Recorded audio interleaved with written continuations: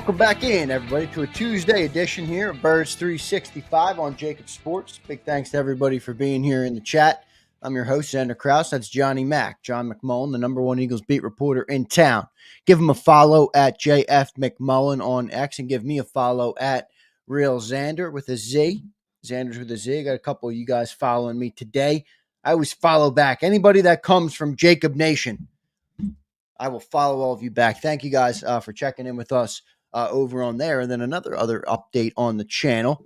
We are close to 50,000 subscribers. Now, I will say this. The subscribers are not the best metric to determine YouTube success. Many believe they are because that's public to everybody to see.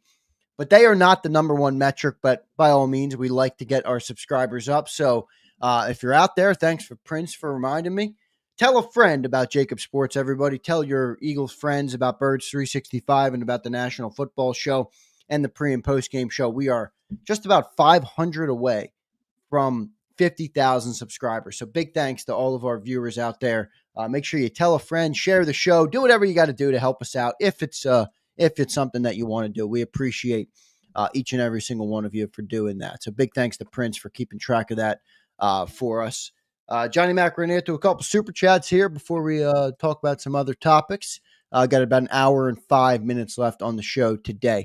Let's go to Nosty Beats first because it's about Jayden, and we were just talking about Jayden there, so we'll continue with this topic for a second. Nosty Beats says, as much as Jayden gets the offense going with his legs, he's also typically the reason they fail to get going early in games. Now, before I have you answer that and before I have him give your opinion, I'll say it does seem, at least from my perspective, it does seem a lot of Jayden's struggles come early in games. I don't know if that's a coincidence. I don't know if that's even true. It's just an eye test thing, something that I'm feeling. What's your response to this comment here from Nosty Beats, John? Yeah, well, this year, yes. They've been terrible for the most part at the start of games. We talked about that a lot. And it's been a whole host of reasons going back to the meaningless on the first offensive play of the season on a bad field in Brazil. You slip and you're 2nd and 15 and you're off script. Bang, right there. In that particular game. So generally, their slow starts have been about negative plays, typically when it is, and that's, could be a false start, could be a penalty, could be a sack, could be a slip, et cetera, et cetera, et cetera. And they've been behind the sticks a heck of a lot early in games. Has that been consistent with Jalen Hurts throughout his career? No. So I can't put it fully on him. I will say he seems to be a quarterback who gets better when he settles in, like a starting pitcher. Sometimes a starting pitcher needs to get out of that first inning, and then he's cruising. Maybe there's some parts of that, but so many things to the slow starts this season, and it's all negative plays, Now, he's part of some of them. He takes a lot of coverage sacks. I always get a kick out of when people say the offensive line is giving up this many sacks, and most of them are covered sacks. Most of them, the ball should have been out in a typical environment. So he's responsible, certainly as the quarterback. He's responsible for a lot of it, but I don't think it's been consistent. They've started quickly before. They were dominant again at times during this stretch. So it's got to be better than it has been this season. And it has been better. And it generally harkens back to Kellen Moore's clean operation. Hasn't been a very clean operation early. We'll see if they can correct that coming up here. Got a couple good games, John. This may be the best and toughest 3-game stretch the Eagles will have this year before the playoffs. They got the Commanders, they got the Rams, and then they have the Ravens. So it should be a tough couple of matchups, and we'll see how the Birds fare against these next 3 opponents. Certainly will be tougher than their last 3 here. Let's go to Miz. Miz checks in. Miz, appreciate you, brother. Good to see you in the chat. again. Miz says, J-Mac, how does Daniels hold up against the blitz? Now, I don't know if you have the numbers in front of you, John, but, I'll add a question to that while you answer Miz. What's the best way to defend this guy? Rookie? Yeah. Not a lot out there on him. Sometimes that's a tough battle. Jalen Hurts was good early in his career. Most didn't have the tape on him. How do you balance that? And then to answer Miz's question, how does he hold up against the blitz? Well, so far phenomenal. Yeah, but he's been phenomenal at everything. So he's been great. Facing pressure, he's 180 of 262 for 68.7 completion percentage, 9 touchdowns, 2 interceptions. Yeah, pretty good. When he's not blitz, he's 70.1 completion percentage. So when he is blitz, it goes down to 66.3. He has 4 touchdowns, all 4 touchdowns, no interceptions when blitzed. His film rating from PFF is 86.3, which is pretty freaking good. Yeah, he's been spectacular. Now, hasn't faced Vic Fangio yet, and I'm sure even on a short week, Vic is going to give him stuff he's never saw before. But there's nothing in Jayden Daniels' very small sample size that points to a bad football player, including work against pressure. He's been phenomenal, and he's going to be special as long as he stays healthy. Yeah, he is a smaller dude, though, man. He takes a lot. I mean, he kind of has a similar style to Jalen Hurts, where he can escape and run. But I look at Jalen Hurts and I look at Jayden Daniels. I'm like, yeah, one of those guys looks like they can potentially handle a beating that the NFL will give. The other guy doesn't. Now, Lamar Jackson's an outlier. He's not built like Jalen Hurts either. Closer to Jayden Daniels with the smaller, slimmer body frame, but it's not a perfect indicator. But Jayden Daniels doesn't look like he's going to be able to take the beating that Jalen Hurts looks like he can take. I don't know what you think about that. Yeah, he certainly doesn't have the frame, but again, people said that about Lamar. Lamar's going Yeah. strong. People obviously in Washington will compare him to RG3. I mean, he had one great year and it was over because he got hurt in the playoffs, destroyed his knee. So, you're always a play away in the NFL, and his standard, the way he plays the game, you're more susceptible to injuries. I think it's fair to say that. So, but you can't legislate them either way. So I've always advocated when you get a player like that, your whole goal should be take advantage of whatever window you have. Take advantage of it. That's the only way you can go about it.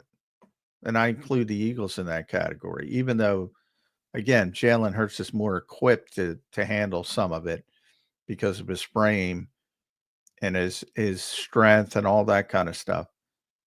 He's still more susceptible to injuries than Brock Purdy. But everybody gets hurt in this league. Again, Zach Ertz said it, and our old friend Zach will be back with the Commanders. If you play in this game long enough, the injury rate is 100%. Kirk Cousins was the most durable quarterback in the NFL right up until he wasn't. Right up until he tore his Achilles. Aaron Rodgers tore his Achilles. Incredibly durable. 100%. Even Brett Favre got hurt at the end. All you can do is take advantage of the shelf life. Yep, no doubt. Good point, Johnny Mac. Abe checks in. Eagles fans should antagonize Dan Quinn with 28-3. Didn't what's his name also have an epic collapse at some point? Their offensive coordinator Cliff Kingsbury, isn't he responsible for another? I forget what it is. Well, Arizona, Arizona was like the last unbeaten team. I don't know, 7-8-0, and they kind of collapsed. Still won, I think, 11 games, but they collapsed. But hey, Eagles fans can't talk about collapses No, it's true. after last season. Well, at least we didn't blow a Super Bowl lead 28-3. That's a little of a different level there. Oh yeah, well, Super Bowl collapse. Yeah. I thought you meant collapses in general. Yeah, I mean, obviously, yeah, that was abysmal. And Kyle Shanahan deserves a lot of blame for that too, because kick a field goal. For as much as I love Kyle for play scheming, and he's not good with game management, and he was only the coordinator, but I mean, he's responsible for calling plays and taking field goals and things like that at the time. So he deserves a lot of blame for that too. But yeah, I mean, hey, knock yourself out if you want to antagonize Abe, me. if you're going down to the game, feel free to chant it and put it on a Yeah. sign, brother. Yeah. and then hold it up there. Let's keep going on our super chats. Thanks everybody for the super chats. We got an opened up hour number 2 here. So any super chats that come, we will get to them, and I'll get Johnny Mac to give you guys a response. So thanks everybody for the support this morning. And I think we're doing pretty well on the like button as well. So thank you guys. Philly Don checks in. Philly Don, good to see you, brother. I think Birds can take 2 of the next 3. I think it will come down to turnovers in either this or the Ravens game. I think that's a pretty fair take. You turn the ball over a lot of times. That's an indicator of whether you'll win or lose. But 2 of the next 3, I think, would be good, Philly Don. John, what say you? Yeah, I would want 2 of 3. I don't think they're beating Baltimore. I've been pretty consistent. I think we can beat Baltimore. Now, I think it's a tough game, but I think we can beat them. well, I mean, yeah, they've lost. I mean, Yeah. I don't know how, but they've lost. Lost to the damn Browns with Jameis Winston. They've struggled weirdly in stopping the pass, and because they have such good players in the secondary, it's weird.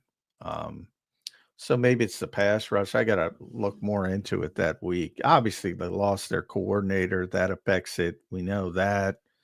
They got a first-time coordinator who used to be a player for them. So maybe it's as simple as that. Sean Desai syndrome. But yeah, Eagles have, they've never won in Baltimore in the regular season. Of course, they've never won in Cincinnati, and they did this year. Yeah. But Baltimore's better. Baltimore's better than Cincinnati. But that's a game where they're gonna, if they win it, they're gonna have to win a shootout. Are they capable of winning a shootout? I don't know. I don't think they are at this stage against a team like that, but maybe they will be by that point. Well, I mean, as you pointed out, it's a constant evolution. Right. As you pointed out on the show this week, Ravens obviously have the advantage when it comes to quarterback. They got the best player in the world, arguably, right now in Lamar Jackson. But I think the Eagles have better skill players all across the board, maybe outside of Derrick Henry. So I think the Eagles have an advantage in that game. Now, who can utilize them better? I don't think anybody has a better group of skill position players than the Eagles, but they don't have the best offense. So it's similar to what I said about Baltimore reverse. Why with Kyle Hamilton and Marlon Humphrey and Nate Wiggins is having a great year as a rookie. Why are they struggling defending the pass? I don't know. Why are the Eagles struggling at times on offense in the passing game? I don't know. Well, I do know when AJ wasn't playing. And not that they're even struggling now, because AJ seems to get 100 yards every game, but he does. It feels like sometimes he's not even making a huge impact, and then you look down, and you're like, holy shit, he's got 105 yards. Yeah, it's 20th in the league, and it should be much better. It should be much better. Now, part of that is and the Bears just fired their offensive coordinator. Boy, the Bears are just they're just Shane Waldron out as the Bears offensive coordinator. They should think about firing that coach. Is who they should think about firing. Yeah, it doesn't even. Well, they will after the season, but they're not going to fire him in the season. Is Ryan Poles gone? Should be, but we'll see. Look, it's. I'm going off on a tangent. It's a dereliction of duty. You draft Caleb Williams after you draft Mitchell Trubisky and Justin Fields, And again, you have a defensive guy running the show. It's just a dereliction of duty. And I'm not I don't want to be the guy who says don't hire defensive guys because look at the job JG's doing in Arizona. Everybody loves Mike McDonald in Seattle already. You know, Dan Quinn and he's turning around Washington. There's plenty of examples because it's a leadership position about more than right. But when you're drafting a guy that high in the draft, everything in your organization should be focused on one thing, getting the most out of that particular player. They already screwed it up with Trubisky. They already screwed it up with Fields. Now they're going to screw it up again. So here's Caleb Williams. He's already got one coordinator. Bang, he's going to be on 2 in his rookie season and probably 3 after the season. You talk about Jalen Hurts and the 1 year with Shane.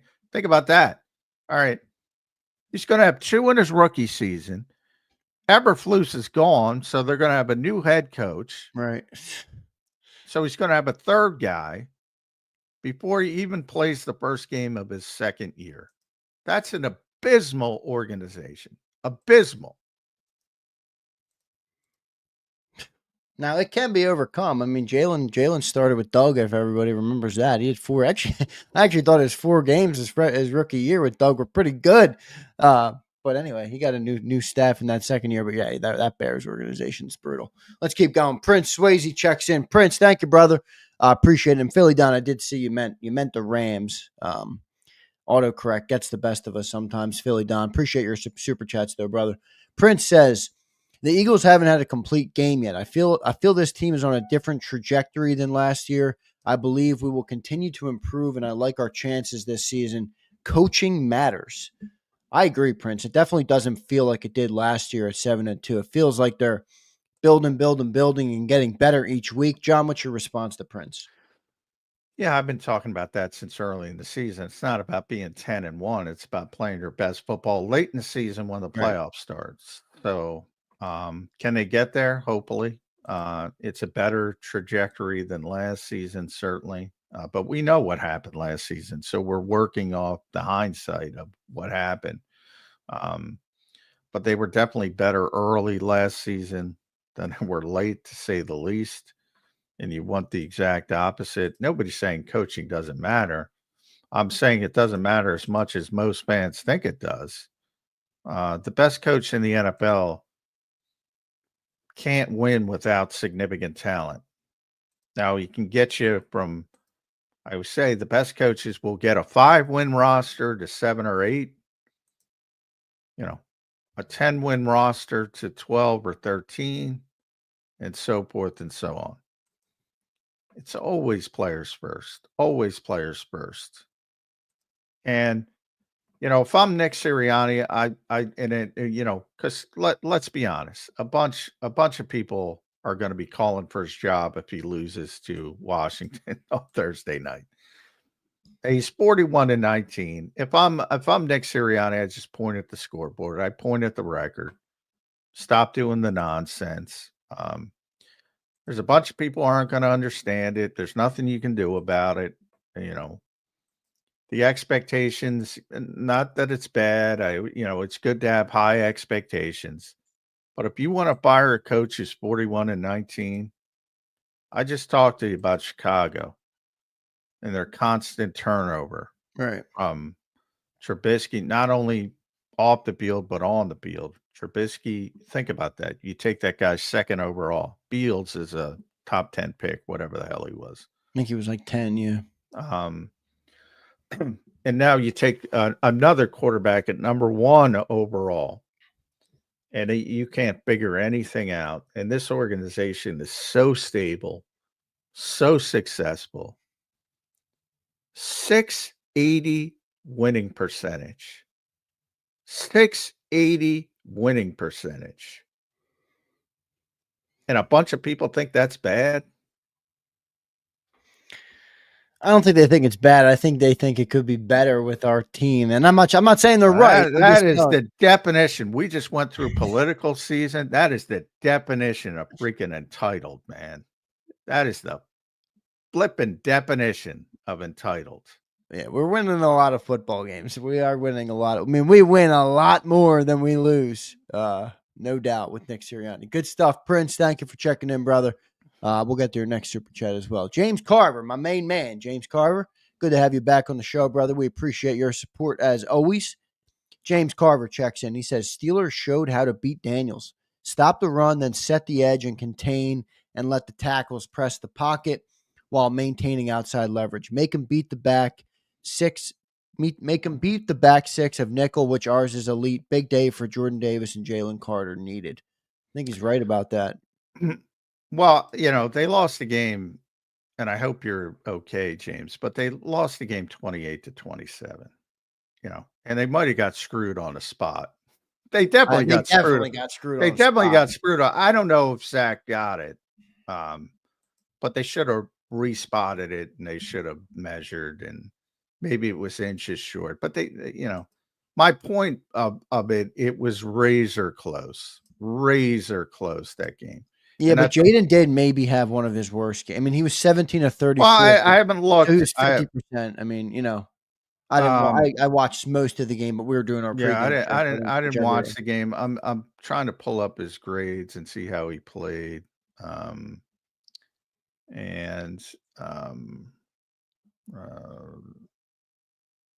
It was solid. He didn't get a bad grade, but he certainly overall he's the third graded quarterback from PFF in the NFL.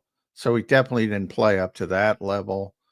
But I'm not going to say beating a team 28-27 in that fashion is like some kind of formula. I mean, that's a 50-50 game. I mean, so in other words, what I disagree with is showing how to beat Daniels. I mean, it's a 28-27 game. I don't think that's a blueprint, is what I'm trying to say. And by the way, you're bringing TJ Watt. I mean, you can't replicate what TJ Watt does. He's unreal. Anybody who wants to say, do what Pittsburgh does, all right, give me TJ Watt and I could try. I have a hard time believing you think Michael Parsons is better than TJ Watt. Well, I don't necessarily think he's better. I think they're both. I haven't said he's better. I think. We talked about the generational, and we remember. I think they're. TJ is as well. I shouldn't use that term because I hate that term. So I'll find myself. TJ Watt's phenomenal. He's a motherfucker to block, dude. I see him coming, and I'm like, holy shit. Yeah, I mean, and his brother was better than him. I know. I don't know what the Watts was his brother better than you think overall as like in the whole scope. You think his brother was better than him? I think. Yeah, he broke down. I think JJ was on. I think he was unreal, right? He dealt with more injuries for sure. Yeah, he went 3 consecutive years. I believe he was Defensive Player of the Year. 3 consecutive years he was Defensive Player of the Year. Yeah, that's pretty crazy. And then he started to break down a little bit. Which people can, intimate certain things about. But says, John, we have Huff. But they're both so good. It's just ridiculous. Yeah. But I mean, first of all, I say Myles Garrett is the best edge player, and then I'd probably put TJ second, and Micah and Nick Bosa third. So probably tied for third. But they're all close. Phenomenal. I put Nick right ahead of Micah, and then probably Micah in there at fourth. But they're all phenomenal. Yeah, they're all great. To James's point of Pittsburgh showed, Pittsburgh showed, hey, if you have TJ Watt, you can do a bunch of stuff. But they show that every week. You can't really duplicate that unless you have a Bryce Huff. No, I'm joking.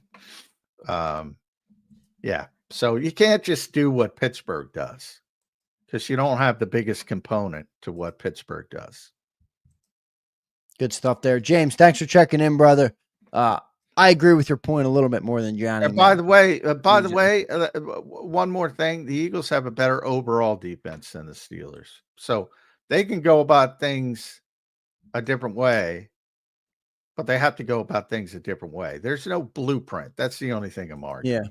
We'll see what they do. It's going to be interesting because, as you point out, there isn't a blueprint. I mean, Jayden Daniels is in his rookie season, so going to be interesting to see how it plays out. Prince checks in again. Prince, thank you, brother. Appreciate your support as always. Keeping track of those subscribers and likes for us, man. I appreciate you. Appreciate what you offer to the channel all the time. Prince says every time the Eagles face a strong team, analysts consider them the underdogs. Is this due to coaching, given that we are the most talented team? Maybe Well, it's not analysts, but it's definitely Vegas. I saw Vegas. McAfee trolling the trolls. Oh, that was hilarious. I saw that too. Yeah, look. There's some people like I think it depends who you're talking about. I think some people are in an act. I think some people don't believe what they say. The Eagles are not. Are the Eagles under? They're not underdogs for this game. I think they're 3.5 point favorite. They got to be a favorite. They're playing at home. Yeah, they're Prince. They got to be a favorite this week. I thought they were 3.5 point favorite, which I guess means close to a push because normally I think Vegas gives it's a half point favorite if you do the old school. Yeah, but right. They're the favorites in this game, so I don't think that's the case. I think, in fact, over this stretch from the 2-5 start in 2021 to right now, which is the greatest stretch in modern Eagles history.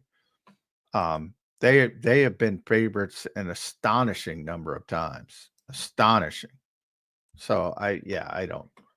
Now there was a little bit of a pause after the collapse, but yeah, I mean they're favorites in this game, and they'll be favorites in Los Angeles, I believe. They will not be favorites in Baltimore. That's not disrespect. That's just common sense.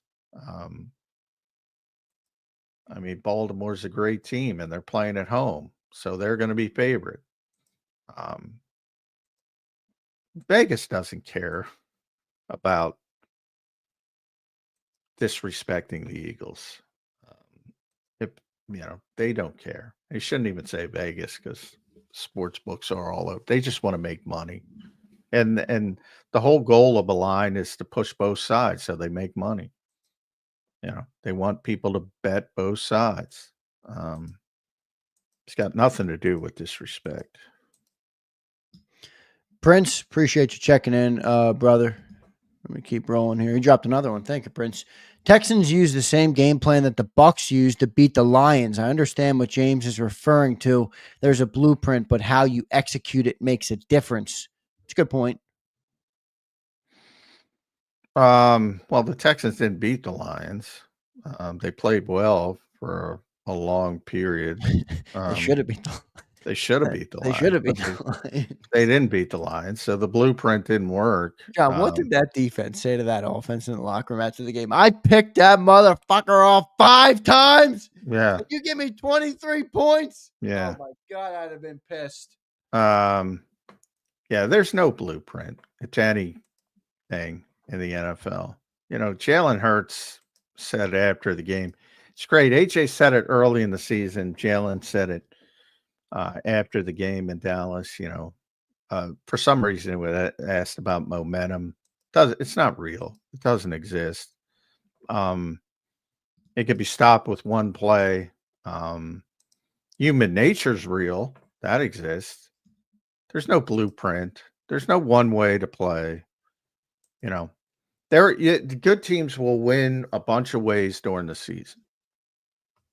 So if they can beat you, that's the whole point of become a well-rounded team like Detroit that can beat in so many different ways. That's the whole point of trying to get to that level, and where the Eagles certainly were at one point, and maybe they'll get back there because they can beat you in a host of different ways.